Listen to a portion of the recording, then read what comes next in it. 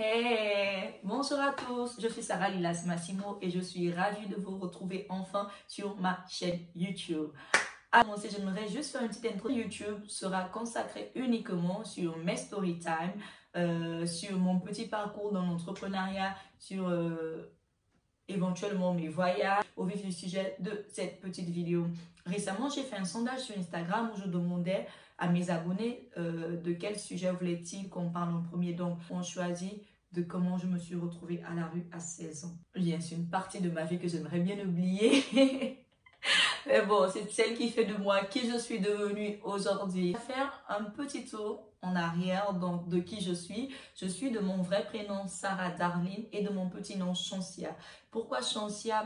Parce que mes parents, pour eux, c'était comme une chance. Ma mère n'ayant pas eu assez de chance pour avoir un enfant, donc elle a eu recours à des pratiques médicinales, aller à l'église, prier et sans suite. Donc, du coup, elle est allée chez un féticheur avec mon père. Donc, ils ont eu à faire un traitement autant pour moi, qui a finalement eu des résultats. Et le résultat, c'est moi. Et quand c'est arrivé, ma mère a fait j'y crois pas, c'est une chance parce qu'elle n'espérait même plus avoir un enfant. Donc, elle a été rejetée de sa belle famille parce qu'il ne voulait pas d'une femme stérile. Et comme c'est le cas dans plusieurs mariages, quand une femme africaine n'arrive pas à faire des enfants, la plupart du temps, la belle famille rejette celle-ci. Je ne sais pas si c'est toujours d'actualité, mais je sais que c'est assez récurrent dans certains foyers. Et pourquoi fétiche? Moi, je suis très culturelle. Donc, je crois aux fétiches, je crois aux fusionatures, je crois aux vampireux, je crois je sais pas, à la chouette, à tout ce que vous voulez, mais entre-temps, je suis aussi très chrétienne. Donc, mais c'est ma culture, je vais pas la renier parce qu'il faut que je fasse la belle sur YouTube. Et ouais, si vous me demandez, est-ce que j'ai déjà eu recours à faire un fétiche pour un homme, je vous répondrai oui. Si vous me demandez, est-ce que j'ai déjà eu recours à un bain de corps, soi-disant pour me purifier, et je vous répondrai oui. Donc, voilà. Et quand je suis née, ma mère m'a appelée Chancia, qui veut tout simplement dire la chance. Donc, donc voilà, ma mère malheureusement à cette période, elle devait se rendre au Cameroun pour finir ses études et mon père à l'époque n'avait vraiment pas un travail pour s'occuper de moi. Donc ils m'ont confié à ma tante, comme dans les familles africaines, quand il y a une personne qui a beaucoup plus de moyens que les autres, elle ou il s'occupe des enfants de ses soeurs et de ses frères. Donc voilà, elle m'a confié à sa tante, d'ailleurs que j'appelle maman, parce que ma mère, je ne l'appelle pas maman. Ma mère, je l'appelle par son prénom et ma tante, je l'appelle maman parce que j'ai grandi avec elle dès l'âge de 3 ans jusqu'à mes 16 ans. Donc ma mère, j'ai pratiquement pas vu ma mère pendant mon enfance dû à ses études. Et quand elle est rentrée, j'étais déjà une femme. Donc voilà. Et donc j'ai grandi avec ma tante et je ne vais jamais vous mentir là-dessus pour m'apitoyer sur mon sort en vous disant oui j'ai eu une enfance malheureuse, jamais. Moi j'ai grandi dans une maison de 8 chambres ou 9 chambres où j'avais un cuisinier, où j'avais une dame de ménage, où j'avais un chauffeur. Donc j'allais moi à l'école, pour ceux qui m'ont connu, j'apprenais à la nouvelle cité avec un chauffeur parce que ma tante était quand même assez bien placée, donc on avait un chauffeur qui nous déposait à l'école et de temps en temps qui nous récupérait si on ne voulait pas marcher avec les autres. Donc bref, dans cette belle maison où mon avenir était tracé, donc moi il fallait que je sois médecin ou il fallait que je sois hôtesse de et ma tante a repris plusieurs autres enfants, donc maman a repris plusieurs autres enfants qui sont arrivés dans la maison. Et forcément, dans une maison où il y a beaucoup d'enfants, il y a beaucoup de querelles, il y a beaucoup de bagarres. Et ma mère, avec son travail, donc elle était constamment en voyage. Et la gouvernante n'avait pas assez de temps pour tous nous surveiller comme il fallait. Et à un moment donné, maman a dit non, il va falloir que chacun retourne chez sa mère parce qu'elle n'avait plus assez de temps pour s'occuper et de nous et de son travail. Et c'était un gros stress pour elle de se rendre à l'étranger et sachant que les enfants n'avaient pas de suivi à la maison. Donc finalement, il est arrivé un jour où il y a eu un vol de portable dans la maison et on m'a accusée. J'ai jamais posé la question parce que les mamans africaines, tu vas pas venir dire à ta maman tiens, pourquoi tu m'avais mise dehors? Donc, moi, j'aborde le sujet et justement, YouTube, c'est une bonne occasion pour moi d'aborder le sujet. Et donc, ça va plus, il faut que tu sortes de la maison. Je lui ai dit, attends, maman, il pleut dehors, je sors de la maison, tu veux que j'aille où chez la voisine? Elle me dit, non, il faut que tu trouves où aller parce que moi, je peux plus, j'ai trop de travail, ainsi de suite, je peux plus. Au départ, je pensais qu'elle rigolait. Je me suis dit, elle est en train de rigoler, je suis rentrée dans la chambre, elle est venue la cogner, elle a dit non, il faut que tu sortes de chez moi. Et où? Elle me dit chez ta mère. Je dis ma mère, c'est à la limite, quand ma mère elle passe, je fais coucou, ça va, tu vas bien, ok. Et puis ma mère et moi, pas qu'on s'entend, pas on s'entend super bien. Aujourd'hui c'est mon pilier aujourd'hui.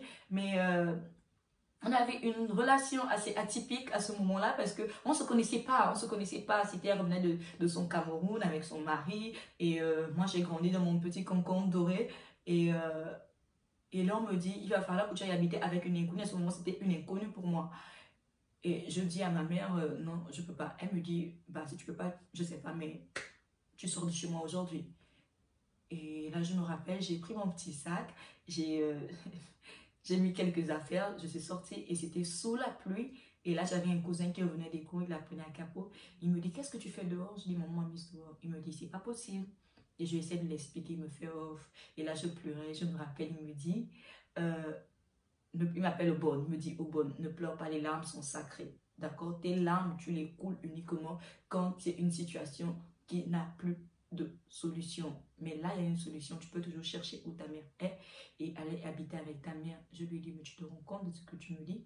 Elle et moi, on n'a jamais habité, même pas une seule nuit, quoi.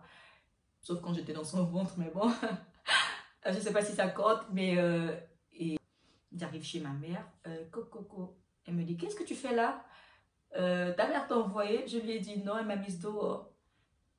Comment c'est, t'as mise dehors? Je dis, bah voilà, elle ne veut plus de moi, elle m'a demandé de chercher où ma mère est et puis d'aller vivre avec ma mère. Elle me dit, qu'est-ce que tu as fait? En fait, j'essaie d'expliquer. J'avais essayé d'expliquer à ma mère me dit, non, mais c'est pas possible. Il doit y avoir une autre raison. On m'a dit, il n'y a pas de souci et tout, rentre. Donc, je suis rentrée. Chez ma mère aussi, c'était pareil. J'avais une belle vie parce qu'elle était mariée avec quelqu'un assez bien placé. Donc, j'avais une très belle vie chez ma mère. Sauf que son mari, quand elle n'était pas là, me faisait des attouchements.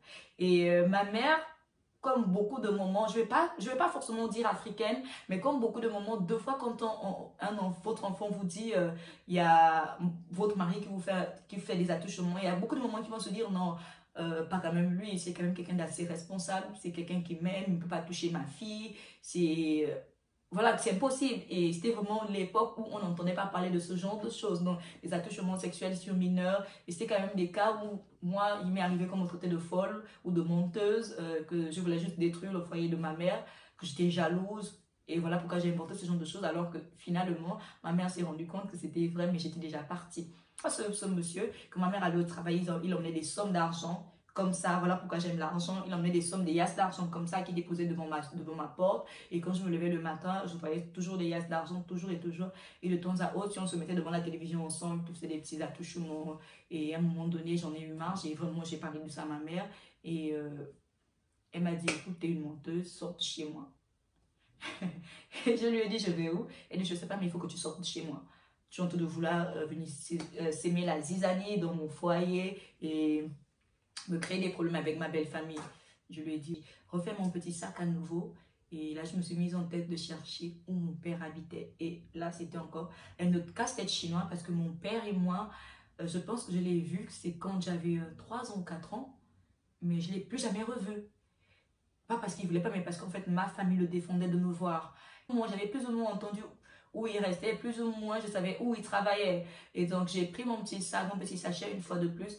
Je l'ai mis à l'épaule, j'ai marché de Carrefour GP au chantier moderne. Je suis arrivée, je me suis renseignée à gauche et à droite. Est-ce que vous connaissez où mon père, ou est-ce que vous connaissez qui est mon père et tout. Et forcément, je suis la photocopie légalisée de mon père. Si vous voyez mon visage, vous croisez un jour mon père par hasard dans la rue, vous allez forcément savoir que c'est mon père. Il n'y a rien à arriver chez mon père, mais manque de peau, il n'était pas là, il était au travail. Et là, je suis tombée sur la femme de mon père. Une belle-mère normale, atypique, c'est pas forcément avec le sourire qu'elle devait m'accueillir quand je lui ai dit tiens, je suis l'enfant de ton mari que ton mari a eu dehors. C'était pas évident, mais elle savait pourtant que j'existais. Et elle m'a dit et oui, qu'est-ce que tu veux? Je dis en fait je veux venir rester chez mon père. Elle me fait ah, après 16 ans tu décides de venir chercher qui est ton père. Elle dit c'est pas chez moi, allez sur Manhattan. Et là, j'étais là assise devant la porte. Elle me dit non, mozono wato bendazam, mozono chi, j'en chi. J'ai dit mais encore on a chi ma queve. Zoro ma vous ma vous mec. Elle me dit non mais tu restes pas ici, il faut que tu sortes. Elle dit moi écoute-moi ton père, j'ai pas assez de moyens. pour t'offrir la vie que tu as eue jusqu'à présent, mais je vais essayer de faire du maximum que je peux. Comme il est là, on rentre, la femme de mon père a dit, je dis que je ne veux pas d'elle dans cette maison. En tout cas, pas dans la maison que j'ai construite et tout. Mon père, actuellement, parle avec sa femme, il a calmé sa femme. Mais dans la maison, on était comme deux rivales. Donc, c'est-à-dire, si je touchais une assiette, elle venait la casser parce que c'était pas ma mère qui avait acheté l'assiette. Il fallait que je paye le courant, il fallait que je paye ma propre nourriture dans la maison de mon père. Et moi, je voulais pas parler de ça à mon père, invitation. Et donc, du coup, j'ai gardé ça pour moi. Et un jour, finalement, j'ai dit à mon père, parce que je n'allais pas à l'école, j'ai dit à mon père, écoute, j'ai envie de repartir à l'école. Hein? De mon père a dit, donc tu penses que tu vas venir comme ça, là, mes enfants sont à la maison, toi, vas te mettre à l'école. Donc, ça a créé des problèmes où il fallait que mon père choisisse entre moi et sa femme. Ceci dit, aujourd'hui, la femme de mon père, je ne vais pas dire que c'est mon Dieu sur terre, mais elle, c'est quelqu'un avec qui je parle, avec les yeux sans pourtant ouvrir ma bouche. Elle sait ce que je veux dire automatiquement. Je parle avec elle dans les yeux tellement après ça, après cette période, on a vécu des moments assez forts où elle m'a soutenue plus que quiconque dans ma famille. Elle a vraiment été présente pour moi. Et dans les prochaines vidéos, vous allez comprendre pourquoi aujourd'hui elle occupe une place importante dans ma vie. Et aujourd'hui, j'arrive à comprendre, moi en tant que femme, sa réaction, parce que vivant de cette histoire, déjà que je vivais une situation assez stressante parce que mon grand-père, il n'a jamais aimé ma belle-mère, donc il n'a jamais aimé, mais jamais de la vie, et donc il avait eu vent de cette histoire que j'étais arrivée, et il a dit à mon père, écoute, vu que vous traumatisez l'enfant, je préfère que l'enfant vienne chez moi. Et qui dit mon grand-père, dit je ne le connaissais pas. Donc, je ne connaissais pas cet homme et ce n'était pas le père de mon père. C'était le beau-père de mon père. Donc, ce qui compliquait encore les choses parce qu'il avait 3 épouses. Donc, ma défunte grand-mère, la mère de mon père et ses 2 autres femmes qui étaient en vie. Et donc, il n'était pas forcément la mère de mon père et qui forcément n'aimait pas mon père. Et il fallait que je me retrouve dans cette maison. Et je n'avais pas le choix. Donc, quand mon père allait au travail, j'ai encore pris mon petit sac. Je suis sortie de la maison de mon père.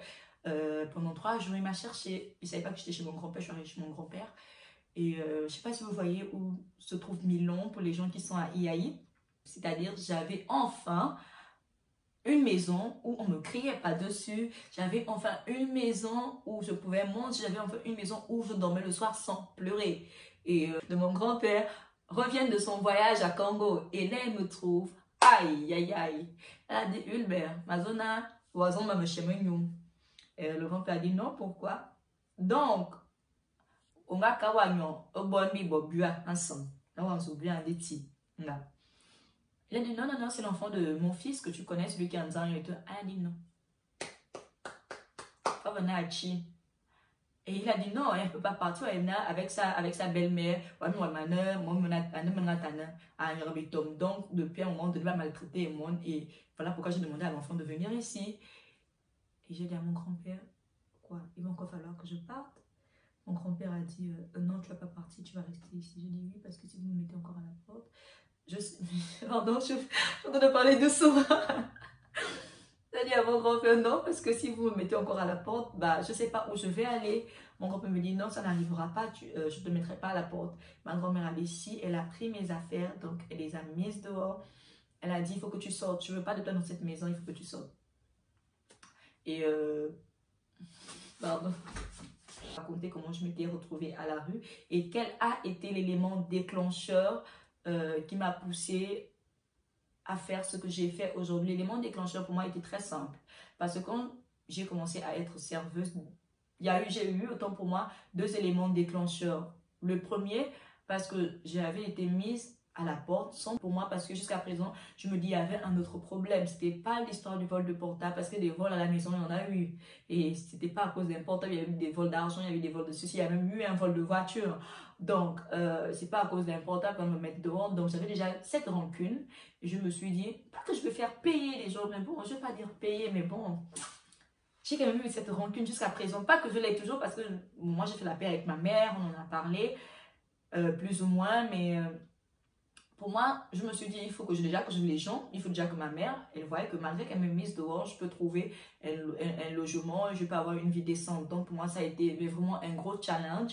Et le deuxième élément, ça a été quand j'étais au Carrefour GP, j'attendais mon taxi et il y a une de mes tantes qui passait et j'ai voulu dire bonjour. Elle m'a littéralement repoussée. Elle m'a dit, tu ne me touches pas, tu es une bordelle, tu es une pute. Tu ne me touches pas. Tu ne me salues pas. Et franchement, si vous pensez que les messages des haineux peuvent me déstabiliser, ça ne peut pas. Ça m'a déstabilisé. C'est la chose en fait, je pense que c'est la chose la plus humiliante de ma vie que j'ai eue. Je suis restée comme ça, j'ai pleuré. Je suis tombée, j'ai pleuré là juste devant le... où on prend les clans d'eau pour aller au nord. J'ai tellement pleuré, j'avais honte. J'ai dit, c'est pas possible, qu'est-ce que j'ai fait? Est-ce que j'ai tué quelqu'un? Qu'est-ce qui s'est passé? Je sais pas quoi. Et après, j'avais plus le droit de voir mes cousines. Voilà pourquoi je suis pas proche de ma famille, mais bon, je me suis fait une autre famille en fait. Parce que j'avais plus le droit d'approcher mes cousines, j'avais plus le droit d'approcher mes cousins, j'avais plus le droit d'approcher mes nièces. Parce que j'étais un mauvais exemple. Donc j'étais devenue la serveuse, donc la prostituée. Il fallait pas que je contamine cela à mes nièces comme c'était une maladie. Donc j'ai eu ce rejet et je me suis dit et je me suis juré que Seigneur Jésus, peu importe ce qui arrivera ou ce que ça me coûtera, moi, les gens qui m'ont rejeté doivent m'appeler pour me demander pardon au téléphone, doivent m'appeler. En fait, je dois être leur sauveur, on va dire. Je dois être leur... je ne vais pas dire messie aussi, mais en fait, il faudrait qu'un jour ça arrive. Et pour que ça arrive, il a fallu que je me suis battue. Mais quand je dis me battre pour arriver, donc j'ai continué mon travail de serveuse, ainsi de suite, ainsi de suite. J'ai rencontré quelqu'un qui m'a aidé. Après, on s'est séparés après notre mariage coutumier. Et donc, j'ai continué mon petit chemin. Et un jour, j'ai reçu un appel d'une personne auquel je m'attendais le moins. Elle me fait, Shansia, j'ai besoin de ton aide. Je vous jure, pour moi, ça a été comme un accomplissement. Je sais que c'est mal de le dire, mais ça a été un accomplissement pour moi. Que enfin, cette personne qui m'avait rejeté, qui m'avait humilié publiquement, venait me demander de l'aide. Et là, j'ai fait, je pense que tu peux avoir le respect de tout le monde si tu continues.